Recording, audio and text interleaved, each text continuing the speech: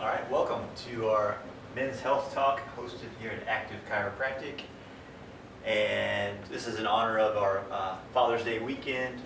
So we have Father's Day coming up on Sunday. We wanted to just host a health talk focused on men. So thanks for being here with us. So I want to talk a little bit about chiropractic, the benefits of chiropractic. And as you can see here, obviously it improves a lot of different things. Mobility is what most people think of, their normal function, spinal function. But overall, immune function is a key, which I'll go into in a little bit. Happiness, it improves stress or decreases stress. It also decreases posture, bad posture, which we'll talk a lot about too, because gravity is always taking its toll on us. So we want to make sure we're able to resist gravity. Another thing it decreases is depression and anxiety, prescription drug use, which is huge because if you know like the state of our country, it's really alarming. It's really shocking to see where we're at because we actually spend more than any other country in the world on healthcare. What we call healthcare, it's really sick care, but we spend more than any other country on healthcare, but we are not the healthiest country. So that's the big eye-opener. We are actually 37th, ranked 37th in the world as far as health, and even behind a couple, third world countries, behind some countries who just aren't, that far advanced, but they're just healthier than we are. So we should be the healthiest since we're spending the most on healthcare, but we're not. So we'll talk a little bit about text neck, which is also known as tech neck. Some people call it tech neck because there's so much technology. And so this is the posture that we're stuck in. Instead of being upright with your ear above your shoulder above your hip, we end up like this because we're looking down at our phones, at our computers, at reading constantly in this position. And it puts a lot of strain and stress on the upper neck and the upper back. The weight of the head is the weight of a bowling ball, 10 to 12 pounds. So imagine holding a bowling ball in your hand. If you hold it directly above your elbow, you can hold that for a long time. But if you move that forward, then that muscle has to hold the weight up. And so that increases exponentially in weight as you go further forward. Same with the head. If your head is directly above your shoulders, you have that center of gravity, less stress on the neck muscles and upper back muscles. But as the head goes forward, it strains not only the muscles and joints and ligaments, but also the nerves, the delicate nerve system, which is really what chiropractic does, is it takes stress off the nerve system. So that's really the misnomer I think people have, is they think we, pop bones or joints or, just pop your back. But really it's more of taking stress off that nerve system, which is really the master system that controls and coordinates every function of your entire body. So that loss of the normal neck curve also is considered phase 1 degeneration. So there's an actual progression of osteoarthritis, also known as degenerative disc disease or degenerative joint disease. And there's different phases you go through. So there's a normal, and I'll just show you with this plastic spine. This is the back of the head, the jaw would be here. So this would be a normal curve in the neck. Again, ear directly above the shoulder, shoulder above the hip. And when there's a loss of that curve from looking down a lot, it stretches the muscles on the backside. The ligaments in the front get tight and shortened, and that is considered phase 1 degeneration. Gravity pulls down on the weight of the head, which is 10 to 12 pounds, constantly putting that force into the disc instead of being absorbed by the spring action of the curve, and that causes the disc to be compressed and it wears out. So phase 2 would be decreased disc space where those discs are, and phase 3 is where those bones will fuse together with the bone spurs. So keeping this upright normal lordosis is what it's called. It actually slows down the wear and tear process. It's reversing the aging effects essentially. So that's huge when it comes to our health, especially as men, because we're have a lot of responsibility. If you have degeneration in your neck, it's kind of hard to work and earn a living for your family.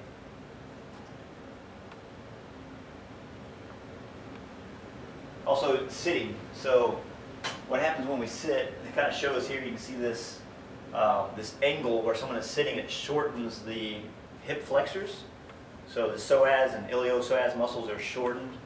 The hamstrings, which go from your sitting bone to the back of your knee, is shortened. And so sitting like that all day long, whether it's driving a truck, sitting at an office desk, those muscles get shortened, and it causes a lot of tension on the pelvis, which really can cause things to tilt, where you have to lean and then compensate, and so that can create stress on all those nerves that exit and go down into the legs.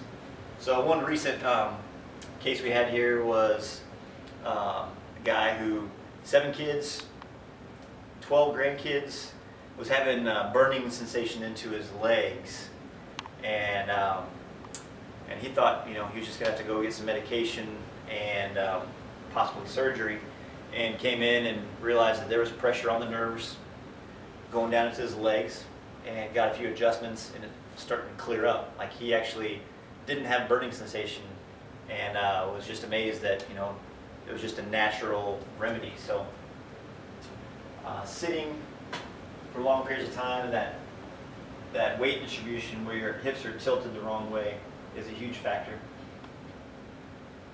A hunched forward position also, from sitting. First of all, when you're sitting too, it kind of compresses your abdomen. The organs are compressed. There's the diaphragm, which is a big muscle that goes on the inside of your ribs. When you take deep breaths, that diaphragm drops. So if you push your tummy out, it allows you to take a deep breath. When you pull your abdomen in, that pushes the air out of your lungs. If you're sitting or hunched forward, you're not able to get that full breath. So that can lead to other issues as far as digestive issues, acid reflux. Also, it can cause the organs to be compressed. It can cause shortening of certain muscles. It just leads to a whole chain reaction of issues.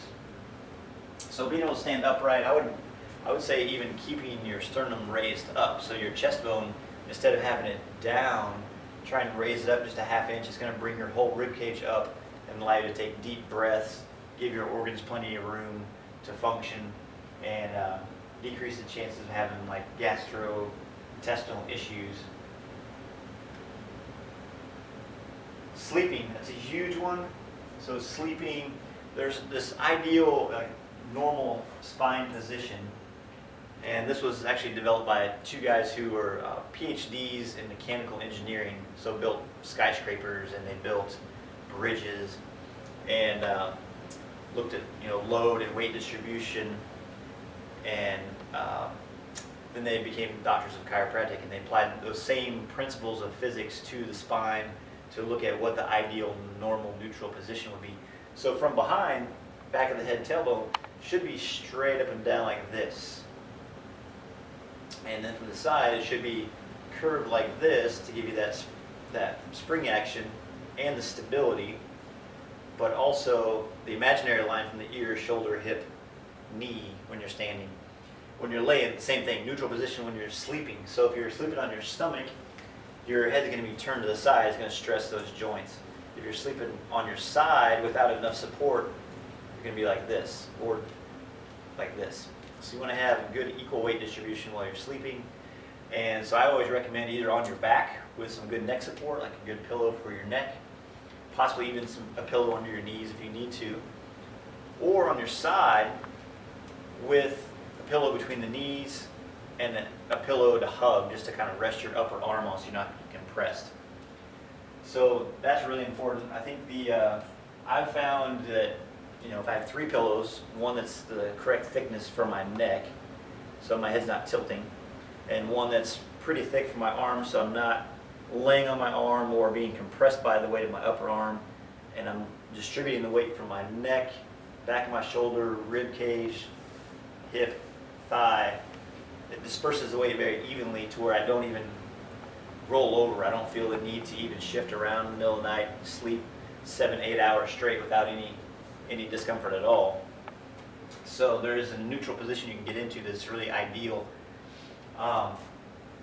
Definitely don't sleep on your stomach. And that's really a hard thing to change, those sleep positions, because it's just a habit. You get used to sleeping a certain way. As a kid, maybe you started sleeping on your stomach, and I would say if you could just change that, that'd be one of the best habits you can change, is keeping that neutral position when you're laying down, even when you're sitting, when you're standing, because it's going to keep an equal weight distribution on all of the joints instead of unequal weight distribution. Those nerves go to all the different organs, muscles, glands.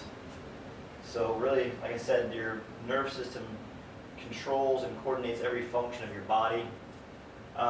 This touches on that same thing with that sternum. If your sternum is down, or your shoulders are forward, and your head is forward, it affects your breathing, but it also affects your mental state, your mood.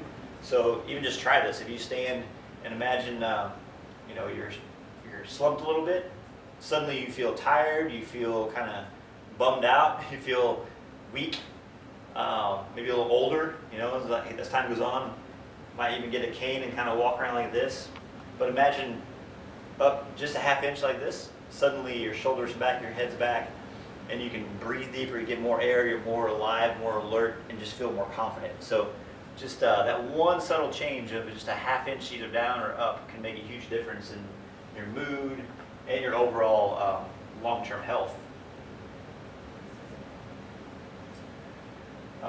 This is something that a lot of people don't realize, is the nerve that exits the spine here goes to reproductive organs, goes not only down to the legs, but also to your bladder, your testicles, your prostate gland. All that's controlled by the nerves that exit there. And what they found is that 80% of guys with low back pain also have issues with their prostate. And so by keeping stress off the nerve system, the prostate has a better potential of functioning normally, for one thing. But they also did a study, this was back in the 20s, a medical doctor named Dr. Windsor, did an autopsy study where he took cadavers, people who had died of different organ diseases and different diseases. And what he found is, when dissecting them, 100% of those people that had died from that organ disease had pressure on the nerve that went to that organ, or in this case the gland, the prostate gland. If that nerve's being pinched, it's not going to function. Whatever that nerve goes to is not going to function like it's supposed to. So that's big for men, being able to keep that normal function of especially prostate, but even wherever the nerves go to, you need to get nerve supply. And this shows that with the autonomic nerve chart. Basically, there's the brain, the spinal cord comes down off the brain. You can see on the spine too, the brain fits inside the skull. The spinal cord runs down through all these vertebrae. Nerve roots exit and go out to the heart, the liver, the kidneys. And this even shows bladder and prostate down below there too.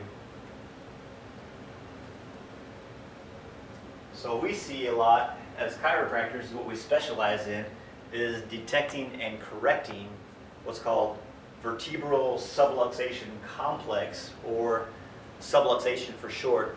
Basically, it's where the bone shifts out of place, gets locked in the wrong position, and doesn't function properly, causing the areas above or below to have to overwork, and that causes irritation. So I'll illustrate that with this fix-it stick, imagining if these were the bones stacked on top of each other, when you bend, twist, and turn, each individual joint does its part to give you your full range of motion normally. With subluxation, it doesn't move like it's supposed to, and so the areas above that and below that have to overwork. And I tell people, just like at your job, if one person isn't doing their part, other people have to pick up the slack, and they tend to get kind of irritated. So when those joints aren't doing their part, the other ones have to pick up the slack. They get really irritated, they expand, they put pressure on those delicate nerves that pass through there, and that causes symptoms. Sometimes it's pain, sometimes it's decreased function. And so then you have these symptoms, you have inflammation of that joint, and if you keep going too far, the body knows that joint will be damaged, so it tells the muscles to tighten up and try and protect that. So now you have a muscle spasm, you have inflammation, you have pain or some kind of symptom. If you went to the medical doctor, they would give you a muscle relaxer, a pain reliever, anti-inflammatory. But by restoring normal function of that joint like that, getting it moving again, you'll notice the joint above doesn't have to work as much. It's starting to stabilize. So what happens is the muscle doesn't have to tighten up, it calms down. The inflammation goes away, pressure comes off that nerve, and the symptom clears up, the pain goes away.